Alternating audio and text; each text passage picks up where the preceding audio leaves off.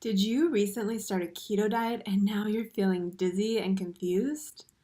Now, a lot of people might become dizzy and confused from all of this new information they're learning, but today I'm talking about literally feeling dizzy after you cut out carbs. Watch this video to learn why you're feeling dizzy on keto and 3 big mistakes you're making while trying to correct this problem. If you think that you only need to add salt, you need to think again. Don't forget to hit the subscribe button and click the bell so you're notified of a new video about everything I learned about losing more than 100 pounds and how I keep it off each Tuesday. If you've been feeling too dizzy to even focus on which foods are keto and which foods you should avoid, let's talk about why you're feeling dizzy on keto and 3 ways you're going about fixing this problem in all the wrong ways. Watch until the end of this video to learn how you can improve this enough so you can get back to focusing on what's important, eating lots of delicious fat to get maximum results. Mistake number 1, you're peeing out electrolytes and not replenishing them. Yet, many people in the keto community have this one correct. The very day you begin to lower carbs to follow a keto diet, you start peeing out electrolytes en masse. Carbohydrates do as they say. They keep you hydrated by holding in electrolytes like sodium, magnesium, and potassium. When you cut carbs, all of the minerals that were helping your body remain hydrated will be let go of, mostly through all of those extra trips to the bathroom you're taking. You need electrolytes for basic human functions. Many keto experts will advise you to just pour electrolytes straight down your throat in order to fix this problem up, but that's not always that simple. Let's get to mistake number 2 so you can learn why this isn't always the best way to improve this problem. Mistake number 2, your blood pressure was low before you began keto. If you went into keto with blood pressure that's commonly lower than 113/73 at least 2 hours after meals, this could make it very difficult for you to follow keto long term. While everyone warns of the dangers of high blood pressure, low blood pressure can be just as bad. Some of the symptoms associated with low blood pressure include anxiety, depression, headaches, fatigue, and even cravings. Yes, if you're still having strong cravings for carbs on your keto diet, your low blood pressure could be to blame. While adding electrolytes into your plan will raise blood pressure temporarily, this is only a quick fix. If your blood pressure has been low for some time, you may need to aid your body with how you're digesting food so more minerals can be pulled from the food that you're eating instead of just using a quick fix of downing a teaspoon of salt because yuck.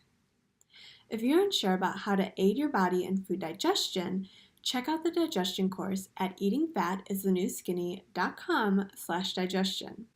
It's only 50 cents and you will learn so much about your body and how to have long-term success on a low-carb, high-fat diet. I'll add that link to the comments below.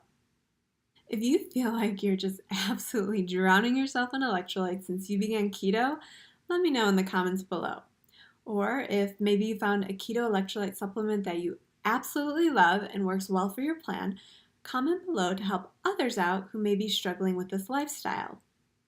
With that being said, some of you are going to protest in anger at the 3rd mistake you're making when replenishing electrolytes on your keto diet. Mistake number 3, you're using a sugar-free drink like G2 or Powerade Zero to get necessary electrolytes. Many ketoers seek out a quick fix for their electrolyte woes. They learn on the keto message boards that they can get all of the electrolytes they need by gulping a tasty Powerade Zero. I mean, with sugar-free flavors like mixed berry, grape, and fruit punch, who wouldn't want to get their electrolytes in such a tasty manner? You, that's who. The reason I don't recommend drinks like this when following a keto plan is they are filled with junk ingredients that will do nothing for your health.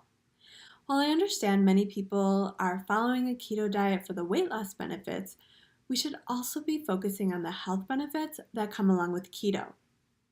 When you work on maintaining a body that is balanced and healthy, that's when the weight that you lose will stay lost. Focusing on better health is the only true way to get off the diet roller coaster for good. Drinks like Powerade Zero contain ingredients like sucralose, acesulfame potassium, and artificial colors. Not only are some of these ingredients shown to result in side effects like headaches, depression, and even mental confusion, but they also provide your body with an insulin spike from all of the artificial sweeteners. Insulin spikes are the enemy on a keto diet.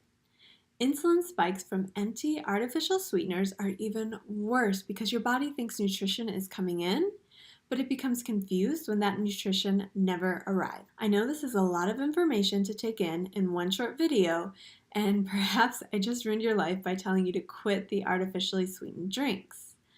I have 20 years worth of knowledge of what not to do to back all this up, so if you don't believe me, then maybe you need to make the same mistakes for the next 20 years to come to the same conclusions.